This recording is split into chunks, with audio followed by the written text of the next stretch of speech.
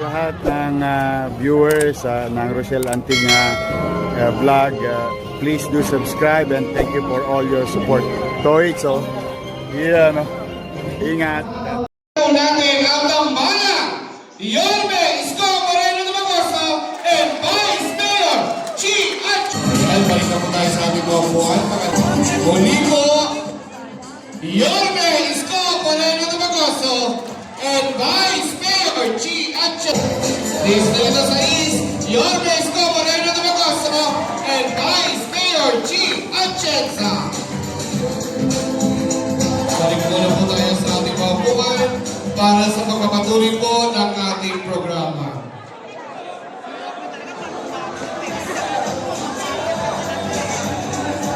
Ayan, relax po tayo mga nanay. Salamat po, balik na po tayo sa ating mga upuan para makapag-programa po ulit tayo. At sa pagpapatuloy po ng ating programa, panoorin po natin ang video na ito.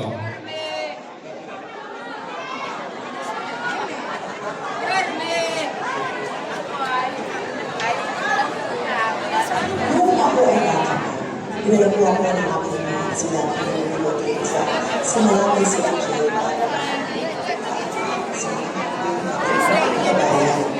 Pagkatapos ko noon, inubos ko yung sa akin ng buhay na para sa Panginoon, ipagtanggol ang mga taati at tumulong sa mga nangangailangan. Naging pera po yun ang aking buhay. Nilabo ng mga proyekto para matulong sa sana lalabas talaga. Ay, hindi iwan ay ibigay. Ayan, hindi po, panoorin po natin ang video na ito. Noong ako ay bata pa, dinala po ako ng aking mga sila sa Malate City Jail para mamahagi ng mga pagkain sa mga nakakulong na mga kabayan. Pagkatapos ko noon, inutos ko yung sa akin na mabuhay dahil para sa Panginoon, ipagtanggol ang mga naati at tumulong sa mga nangangailangan. Naging tema po yun ng aking buhay. Gumawa po ako ng mga proyekto para matulong sa mga kabayan natin na silang sa buhay. Noong ako po ay bagong isang tagapagbalita sa telebisyon, ako po yung humingi ng programa na magpapakita sa kondisyon ng ating mga kapatid na nasa laylayan ng lipunan para kahit paano may papakita ko sa gobyerno kung ano ang problema ng ating bansa at kung paano tayo maaaring patulong. At dyan ko po nakita na ang tanging kasagutan dito ay pagtulong sa ating mga kababayan na tumayos nilang kapaa sa pamamagitan ng family projects. Noong isang taon, tinanong ko po ako ng direktor ng Kababaihan ng Maynila sapagkat naniniwala ko na kapag mapigyan ng ating mga kababayan ng pag-asa at panagat sa buhay sa munting proyekto at posible ito tayo makakagawa ng mga makabulong bagay na maaaring itaas ang atas ng buhay ng ating mga kababayan. Bunsong anak ni dating Mayor Lito Atienza, broadcast journalist sa PTV, isang government network, isang misyonaryo, nagtapos ng political science, major in governance. People of the Year awardee dahil sa kanyang suporta sa MYRC. Isang ina at direktor ng kababaihan ng Maynila. Ang liwanag ng Maynila sa kanyang talino at ganda. Sigurado, mapapag-chika, Vice Mayor Chi Atienza.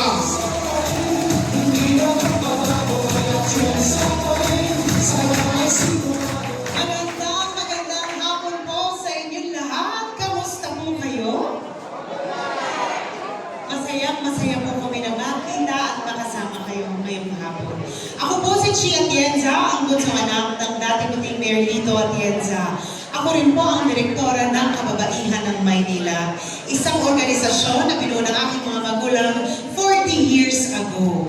Nakikilala ko ang marami sa mga mukha ngayon dito na alam ko, original members ng Kababaihan ng Maynila. Naaalala niyo po ba, nung nag-umpisa ito, merong isang maliit at matabang bata na nasa likuran ng aking ina noon. Ako po yun. Hindi ko aakalain ako pala magpapatuloy na mga nasimulan nila. At kagaya rin po ng aking kapatid na si Kuya Kim. Kilala niyo po yun? Tayo-tayo lang naman. Sino po ang mas pogi? Si Kuya Kim o si Ali? Parang wala po akong narinig na nagsabing Kuya Kim. Pero isa lang narinig ko. Pero kagaya po ng aking kapatid na si Kuya Kim, ako rin po'y nasa telebisyon bilang isang broadcast journalist. Ngunit sa totoo lang po, ang pangarap ko sa aking buhay, nung bata pa ako, ay maging isang misyonaryo. Ngunit hindi po yun na isa katuparan. Kaya ipinangako ko sa Panginoon kung saan man niya akong karerang dadalhin, bibit-bitin ko na lang doon ang puso ng misyonaryo. Kaya ako po ay naging isang broadcast journalist for 7 years. Ginawa ko pong misyon na umikot dito sa ating bansa at kunin ang kwento ng ating mga kababayan na napag-iwanan sa laylayan ng lipunan. Ginamit ko po ang aking boses para maisigaw ang kanilang hinaing. Nagdasal kasama nila na mapakinggan sila ng gobyerno. Ngunit sa totoo lang po, sa pag-ikot namin dito sa Santa Mesa, napansin ko hindi pala kailangan masyadong lumayo. Dahil marami po sa ating mga kababayan na merong hinaing na alam naman natin kaya namang masolusyonan ng gobyerno, minsan nasa barangay nyo mismo. Minsan nga, kayo mismo yun. Kung meron po ako isang bagay na natutunan sa aking trabaho, kahit ano pala ang isigaw natin kung ang gobyerno ay hindi po marunong makinig sa tao. Ika nga ni Yorme, nga pa rin pala tayong lahat. Kaya nung tinanong po niya ako kung maaari niya ako maging katambal bilang vice-alkalde, ang naisip ko, hindi na lamang ako magiging boses. May magagawa na rin ako. Pero bago ko pumayag, tinignan ko muna kung pareho kami ng puso. Dahil bilang isang broadcast journalist, meron po akong mga pinaglaban na sektor ng lipunan. Nagdasal kasama nila na sila ay mapansin ng gobyerno. Pero bago yun, alam ko dito sa inyong distrito, ang tawag nyo sa aking ama ay Bulang Laki. Tawag mo ba ako? Naaalala niyo po ba ang aking ama naglalakad-lakad sa inyong distrito na nakasuot ng floral polo shirt? Like, ikwento ko ako. Ako po ang pang-anim sa magkakapatid. At alam po ng buong pamilya ko, lalo-lalo na ng mga kapatid ko, na pag ako ay tumayo sa isang bagay, kahit pa magkampi-kampihan na lahat ng mga kapatid ko sa akin, hindi po ako nabitinan. E kamakailan, nung nalaman po nila na ako magiging katambal ni Yorme, pinagtramuhan nila ako. Nalaman ko na ipapasuot daw po sa akin ang polo shirt ng aking ama. Ang sabi po nila, dahil dati daw, sinuot po yun ni Ali nung siya ay nangangampanya. Na parang bumata si Lito Atienza. Kaya tinanong ko sa mga kapatid ko, ngayon gagawin niyo namang babae? Si Lito Atienza? At dahil na-nervous ako na baka mamaya pwersahin akong sumunod, kinabukasan, may malaking bulaklak na po ang aking likuran. Eh di napagbigyan ko po sila sa kagustuhan nilang bulaklak, pero nasunod pa rin ang aking kagustuhan. Bunso po kasi ako, kaya hindi sila nagagalit sa akin. Pero kaya po makulay na bulaklak ang aking pinili, dahil naniniwala po ako sa pagiging inklusibo. Di ba ang sabi po ng Panginoon, lahat tayo pantay-pantay sa Kanya? Tama po ba ako?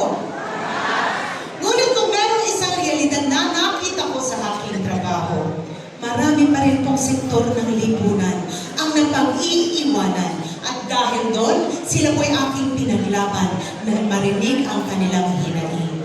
Ang unang sektor na ito ay ang mga senior citizens.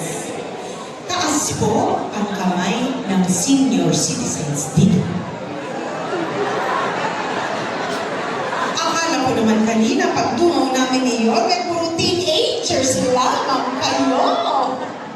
Akala ko si nanay dalaga pa. Pero alam niyo po, naniniwala ko, nung kami po ay bata pa, inalagaan at minahal niyo kami. Wala naman po kami lahat dito ngayon kung wala kayo. Kaya ngayon nagbalik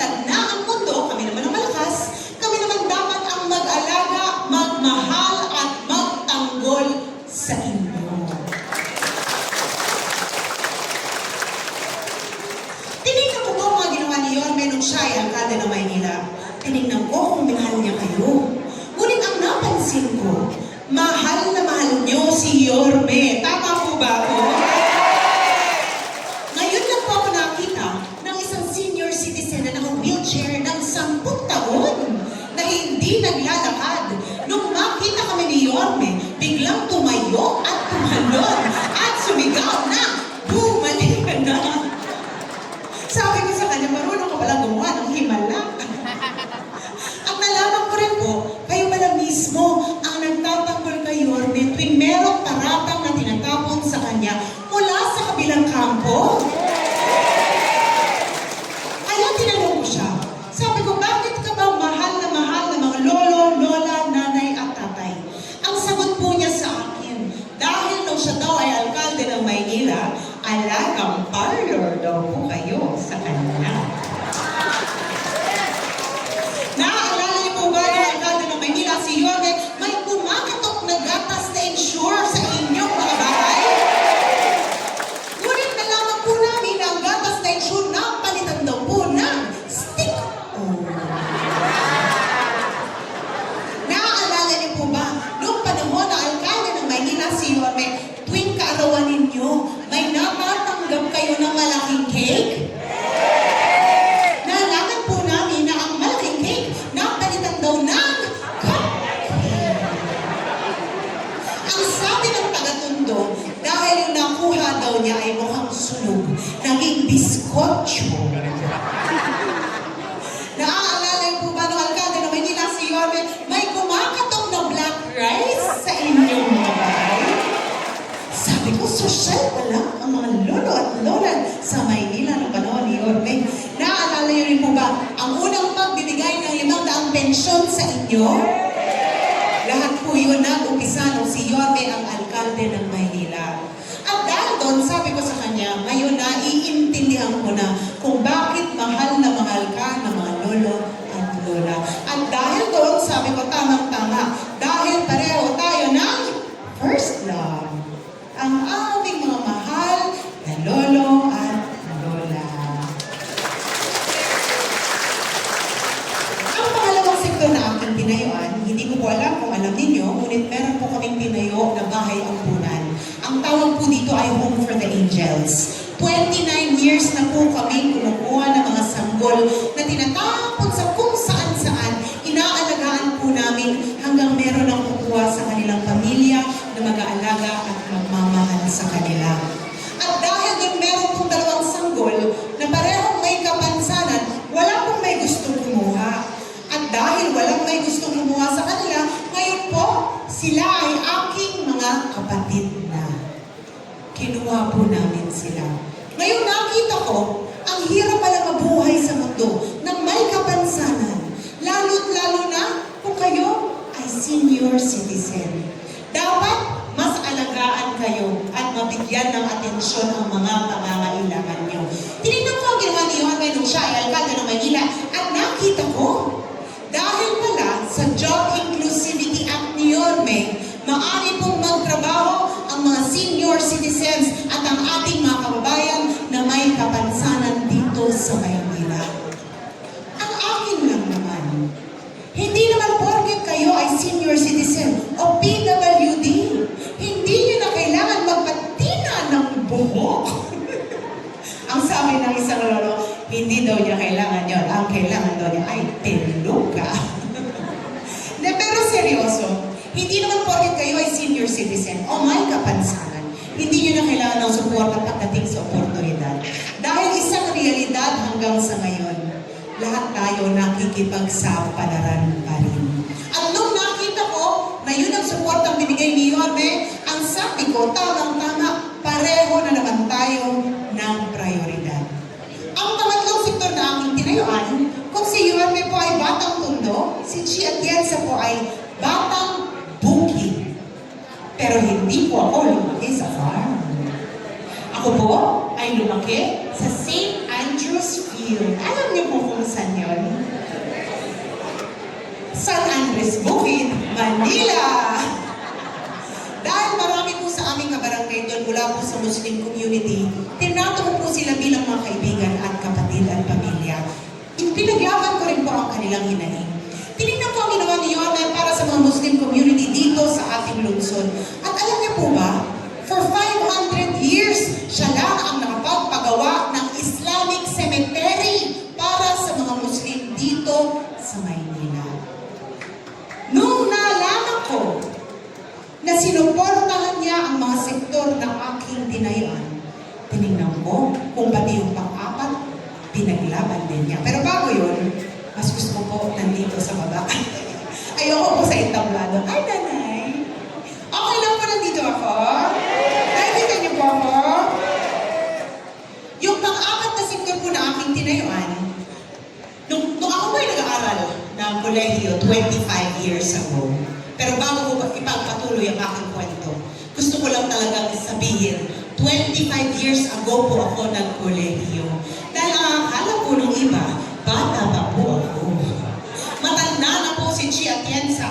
43 years old na po ako na. May tatlo na po akong anak na malalaki at halos 20 taon na po ako may asawa. Tay! Hindi na po ako dalaga. Dalang-dala po ako. Pero noon ako po ay nag-aaral nga ng kolehiyo sa De La Salle University 25 years ago. Alkalde po ng Maynila ang aking ama noon. Ang sinabi po niya sa akin, kailangan ko daw maghanap ng trabaho dahil hindi na raw niya babayaran ang mga pangangailangan ko. At alam niyo naman gaano kamahal ang tuition fee sa La Salle. Buti na lang nakahanap ako ng trabaho. Ako po ay na-discover ng ABS-CBN. Ako po ay naging isang artista. Kilala niya si Heart Evangelista? Kasabayan ko po si Heart. Ngunit si Heart, sumikat. Si Chia Atienza, hindi po sumikat. Pero okay lang. Dahil para sa akin, kaya ako pinadaan ng Panginoon doon para malaman ko ang kalagayan ng ating mga kababayan mula sa LGBTQ+ community. Alam ko marami sa inyo, may mga kilala na mga mula sa LGBTQ+. At ang nakakalungkot na realidad, hanggang ngayon minsan hindi pa rin po patas ang panlaban nila pagdating sa oportunidad. At dahil doon, sila rin po ay aking pinaglaban. Tinignan ko po ginawa ni Yorme nung siya ay alkalde ng Maynila at nalaman ko, pati pala ang LGBTQ+ community, minahal niya at inalagaan niya. May grupo nga po siyang Bekshies of Manila. Nung nakita ko na lahat ng mga sektor ng aking tinayuan ay minahal niya at inalagaan niya nung siya ay alkalde ng Maynila, ang naisip ko, nahanap ko na yata ang soulmate ko sa public service. At dahil doon, binigay ko po ang aking matamis na oo. Pero sabi ko, bago ko tuluyang pumayag sa'yo, kailangan sagutin mo muna ang katanungan mo. Sabi ko sa lahat ng pwede mong piniling vice-alkalde, ang dami pong may gusto maging vice-alkalde ni Yorme, ang dami pong nag-a-apply. Pakiramdam mo nga, kahit na sinong tanongin mo dito, papayag. Ay, tay.